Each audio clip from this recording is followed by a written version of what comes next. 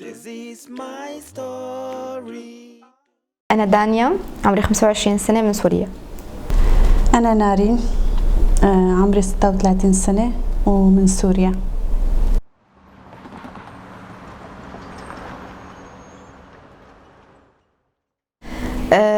لهي اللحظة هي خبرتي قليلة بحكم إنه أنا صار لي سنة تقريبا هون. هلا بالنسبة لي تجربتي بالبرتغال كانت بالبداية، يعني أول ما وصلت على المطار ما كان في صعوبات أبدا، بس بعد ما وصلت على البيت كوحدة إنه لغة ما بتعرف وما بتعرف حدا هون كانت في صعوبات شوي.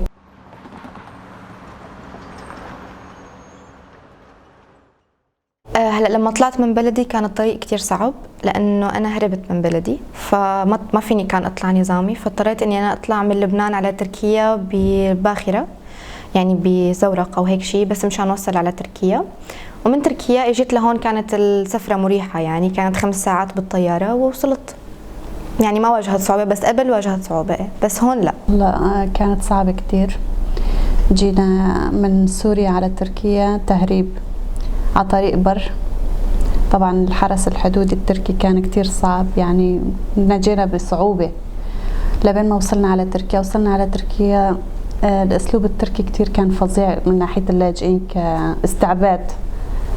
ضليت أشتغل هنيك، وبعدين جيت على طريق البحر على اليونان. وصلت على اليونان، وطبعا الرحلة كانت 4 ساعات ونص، وكمان نجينا بصعوبة بأعجوبة. يعني وصلنا على اليونان كمان كانت فترة صعبة، ضلينا باليونان تقريبا سنة. بعدين جيت على البرتغال بالطيارة عن طريق اللجوء.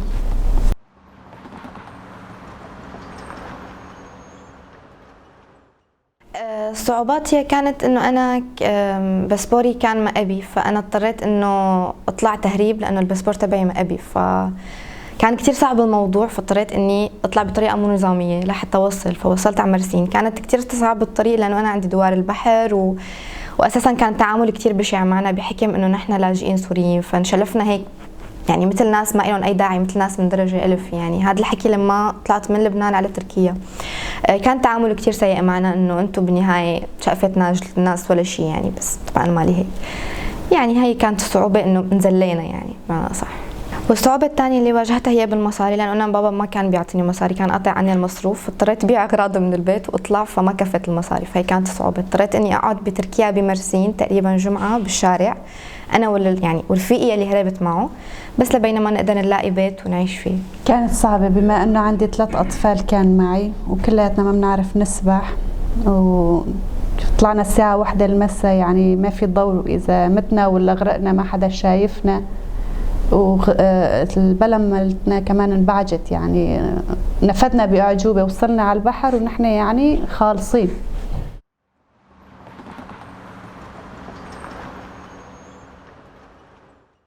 لما ولدت عندي مرض برجلي اسمه داء بلاونت، فكان عندي تقوس بالساق وتمدد بالأربطة، فهذا الشيء خلاني إني ما أمشي فترة طويلة بحياتي.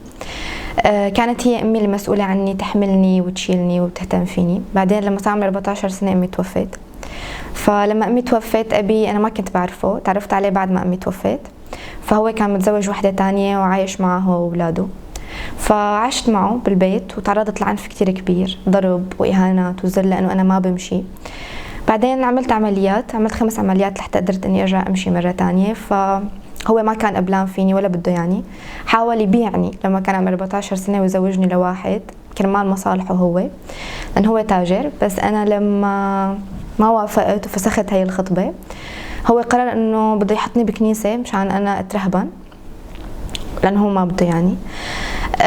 بعدين لما أنا ما وافقت على هاي القصة كمل بظلمه وما خلاني فوت على فرع الجامعة اللي أنا بدي إياه، قطع عني المصاري، زلني كتير، عذبني كتير. أنا قررت إني أهرب لأنه أنا حرة وأنا ما بقبل حدا يستعبدني، بس هو كان بده يستعبدني. غير هيك دائما كان يعني ينعتني بشرفي، فأنا ما فيني أعيش بهاي الحياة، ففضلت إني أهرب، إني أعيش حرة ببلد تانية تحترمني، خصوصا إنه أبي هو بيشتغل مع الدولة مخبر، فكانت السلطة بإيده، أنا ما في شي بإيدي أبدا. لما وصلت لتركيا بالبداية كنت عم بفكر حالي إني حسيت بالأمان، بس بعدين استكشفت إنه أبي فينا يوصل لي ويقتلني بأي لحظة، حاكم تهديداته لإلي. بس لما وصلت على البرتغال لا، مستحيل يقدر يوصل لي، في منظمة حوالي، في عالم حوالي، فحسيت بأمان كتير كبير. هي أسباب عامة، كان احنا السوريين الحرب صار 10 سنين عنا ولا زال الحرب موجود، لأنه تركيا كان الوضع المعيشي كتير صعب والشغل كان أصعب، المعلم الأساسي اللي بالشغل كان يعني يستعملوا اللاجئين كوسيلة بس لشغلهم وبأسعار رخيصة كتير، ومشان مدارس الأولاد ما كان في لهم مستقبل أبداً.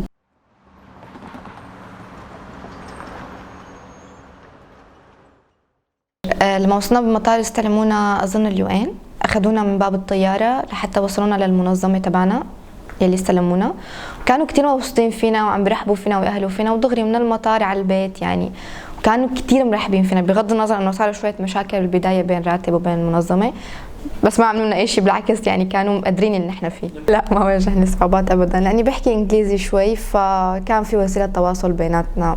واجهت صعوبه لانه انا عربيه، فهن دغري بيروح مخهم انه مسلمه وكثير مغلقه على حالها، بس لما عرفوا حقيقتي لا ابدا ما بواجه صعوبات يعني. بس اللي بحس انه المشكله مو من هي البلد، المشكله من العالم، يعني المشكله من العرب لما بيجوا هن اللي ما بيحبوا يتاقلموا، يعني هن العرب اللي بيجوا بدهم الدنيا تمشي على كيفهم، عرفت؟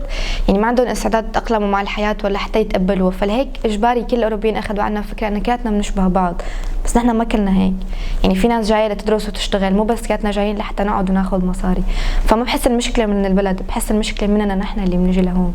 ما بعرف، بس يعني ما في شيء بالتحديد، بس لحد الآن كل شيء منيح، يعني أنا من لما وصلت لهون العالم اللي حوالي، المنظمة اللي مسلمتني كله منيح، أنا بس مشكلتي هي بعلاقتي مع راتب، عرفت؟ يعني ما عندي أي مشكلة مع البلد لا مع المنظمة، بالعكس كله منيح، حتى اني اخذت منحه بالجامعه وساعدوني فيها. احساس حلو يعني كلجوء، مثلا عشنا بتركيا وعشنا باليونان فتره صعبه كثير ووصلنا لهون لقينا بيت قدامنا، حسينا بالراحه. تعرفت على جماعه عن طريق المنظمه اللي استقبلتنا، كمان كانت مستلمه كمان لاجئين، تعرفنا من ناحيتهم على اللاجئين اللي كانوا موجودين هون. الشعب لانه الواحد بيتاقلم معه بسرعه، يعني ما بتحس انه في غربه زياده، بس كلغة بالبداية، بس بعدين تحسنت. في وقت اللي بتسكر الابواب قدامي التجئ لاشخاص بيقدروا يساعدوني كمنظمة كشي، يعني احس انه مالي وحيدة هون، انه في حدا جنبي واقف جنبي كعائلة كشخص، انه ما في صعوبات.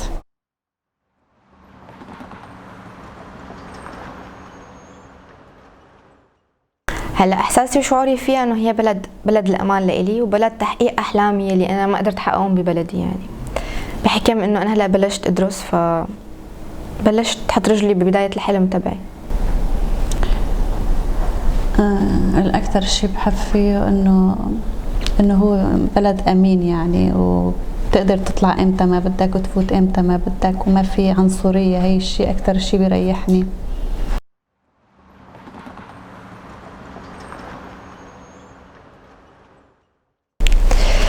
الدراسة والاستقرار وابني، وتكون حياة منيحة، أقدر أمن حياة منيحة لابني. أول شيء إنه أفتح مشروع هون إلي ولأولادي. تاني شيء إنه أرجع أشوف أمي وأهلي وإخواتي. ثالث شيء أخذ الجنسية لحتى أكون متجنسة كبرتغالية. ورابع شيء إنه أولادي يدرسوا يكملوا دراستهم. وخامس شيء إنه نضل هيك يعني بأمان.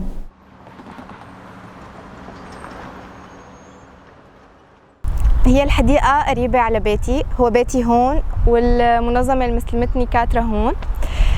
بنجي دائما أنا وابني على هي الحديقة بنلعب وبنتسلى، بحكم إنه ما في عنا شيء نعمله وقت لما نخلص الجامعة، يعني وقت لما يجي ابني من المدرسة. وهي دائما طريقنا لحتى نروح، لأنه يعني في طريق مختصر لهونيك. رح أحكي لكم شوي عن الحديقة هي، بما إنه كانت قريب من بيتي وكنت روح كتير عليها وأجي. كتير بحب هالحديقة، كل ما أتضايق بجي لهون بشرب قهوة، بروح على الكافيه. كتير أحيانا بجي بكتب هون أو بغني،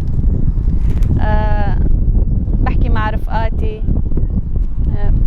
كتير إلي ذكريات بهالحديقة، يعني كتير بحبها وقريب من بيتي وقريب من المنظمة.